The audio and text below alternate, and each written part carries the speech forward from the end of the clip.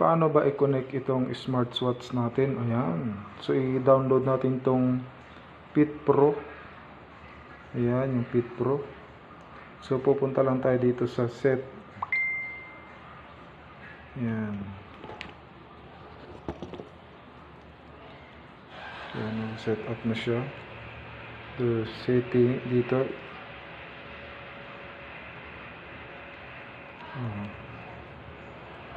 3.5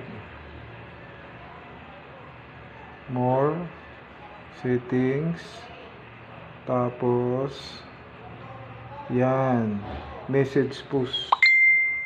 Ayan, message push.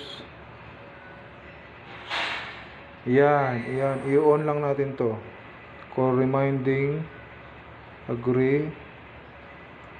Yan. Pag may tumawag, mag-appear yan sa inyong relo, sa smartwatch. Yan. Message. Pag may nag-message, mag-appear sa ating mga relo. Watch reminding. Yan.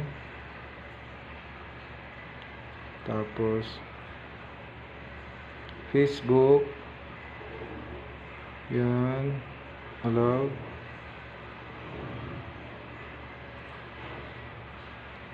Yan. So, allowed lang.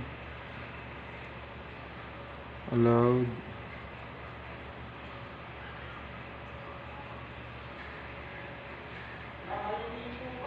Dito. Allowed.